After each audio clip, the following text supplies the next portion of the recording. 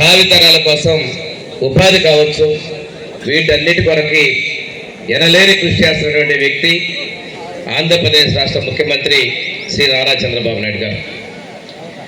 రాష్ట్ర అభివృద్ధితో పాటు ఎన్డీఏ కూటమి కేంద్ర సహకారం చాలా అవసరం.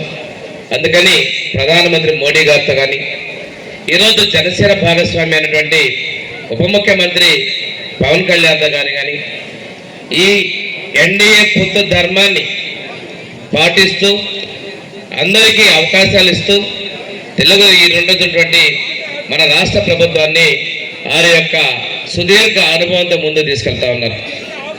ఇక్కడ మన ఇంకోటి, ఈ రాష్ట్ర అభివృద్ధిలో చంద్రబాబు నాయుడు గారి పాత్ర పాటు మన యువ నాయకులు దాదాపుగా 2700 కిలోమీటర్ల పాదయాత్ర చేసి యువగళం పేరుతో రాష్ట్రాన్ని అధికారం తీసుకొచ్చే దానిలో కీలకంగా వ్యవహరించి ఈరోజు యువత కోసం భారీగా పెట్టుబడులు తీసుకొచ్చే దానిలో కీలకంగా తెర వెనక తెర ముందు కూడా ఉన్నటువంటి వ్యక్తి మన ఐటీ విద్యాశాఖ మంత్రి, తెలుగుదేశం పార్టీ జాతీయ ప్రధాన కార్యదర్శి శ్రీ నారా లోకేష్ గారు.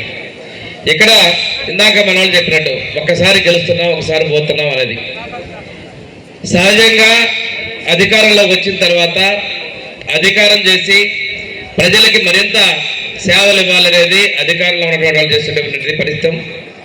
దాంతోపాటుగా పార్టీని కూడా తీసుకోవాలని ముఖ్యమంత్రి గారి మధ్య ఎక్కువగా లాస్ట్ 2-3 నెలల నుంచి, ఎందుకంటే జోనల్ ఇన్ఛార్జ్ గారు సత్య, జిల్లా పార్టీ అధ్యక్షుడు ఒకనరసింహారెడ్డి గారు, ఇన్ఛార్జ్ మన అందరితో పాటు కింది స్థాయి వరకు కూడా పార్టీ బలోపేతం మీద దృష్టి పెట్టడం జరిగింది. ఇక్కడ మనందరం కూడా తెలుసుకోవాల్సిన ఒకటి ఉంది. ఇందాక పెద్దలు మాట్లాడిన దాని ప్రకారం సమస్యలు అనేవి ఉంటాయి. 10 పనులు అవుతాయి, 11వ పని కాకపోతే అసంతృప్తి.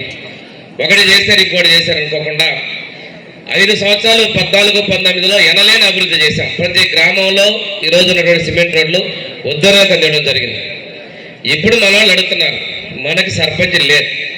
కొద్దిమంది గెలిచిన సర్పంచ్లు కొన్ని చోట్ల అవకాశం ఉన్న చోట ఈ 2 సంవత్సరాల్లో మనం సిమెంట్ రోడ్లకు కానీ కాలువలు కానీ ఇవ్వడం జరిగింది. రేపు ఏప్రిల్కి సర్పంచ్ల పథకాలు ముగిసిన తర్వాత